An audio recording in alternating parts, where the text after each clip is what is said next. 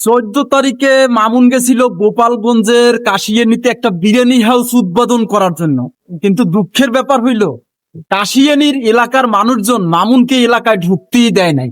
Biryani house উদ্বোধন করবে তো ভালো কথা, ব্যাপারটা বুঝতে পারছেন ভাই? এত বড় একজন সেলিব্রিটি, তার সম্মান কতটুকু। এই অনলাইনে বহুত মেয়েরা আছে, ছেলেরা আছে, নষ্টামি করে ভিডিও বানাইয়া ভাইরাল হইয়া লাখ লাখ টাকা পয়সার মালিক।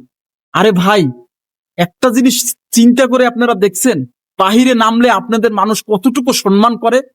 অনেকেই মনে করে যে টাকা থাকলেই মনে হয় যে সম্মান পাওয়া যায়। আরে ভাই, সম্মান এতটা সহজ জিনিস না। সম্মান কামাই করার জন্য বহুত পরিশ্রম করতে হয়, কষ্ট করতে হয়। আপনাকে ভালো ভালো কাজ করতে হবে, মানুষকে দেখাইতে হবে যে আপনি একজন ভালো মানুষ। আপনাকে মানুষের সাথে ভালো ব্যবহার করতে হবে। মানুষ বুঝবে যে না, আপনি একটা ভালো ফ্যামিলির, ভালো ঘরের সন্তান, ভালো ঘরের মেয়ে।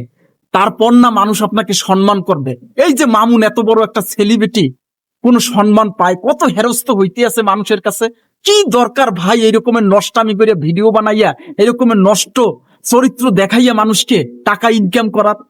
এখনো সময় আছে ভাই, আপনারা ভালো হন। এই দুনিয়ায় ভালো থাকবেন, সম্মানের সাথে থাকবেন, পরকালেও আপনারা ভালো পর্যায়ে থাকবেন, ভালো জায়গায় যাবেন, ভেস্তে যাবেন। এখনো সময় আছে, ভালো হন আপনারা।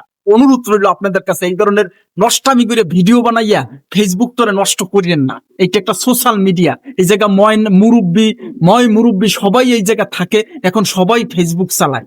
আর এই ধরনের টাইম লাইনে ঢুকলে, আপনাদের নষ্টামির ভিডিও দেখলে, পোলাপান, বাচ্চা পোলাপানে ফেসবুক চালায়, মুরব্বীরা ফেসবুক চালায়, তখন মান সম্মান আর থাকে না ভাই। আপনাদের কাছে রিকোয়েস্ট ভাই, আপনারা ভালোভাবে ভিডিও বানান। মা বোনদের কাছে রিকোয়েস্ট, আপনারা ভালোভাবে ভিডিও বানান, চেষ্টা করেন, সম্মানের সাথে থাকেন, টাকা দুইটা ইনকাম কম করেন। আমাদের দেশে, আমাদের গ্রামে, আমাদের এলাকা মহল্লায় বহুত লাখ লাখ কোটি কোটি টাকা পয়সার মালিক আছে, কিন্তু সম্মান পায় না কারো কাছ থেকে। সম্মানটা এত সহজ না। তাই সম্মানের সহিত বাঁচার চেষ্টা করেন।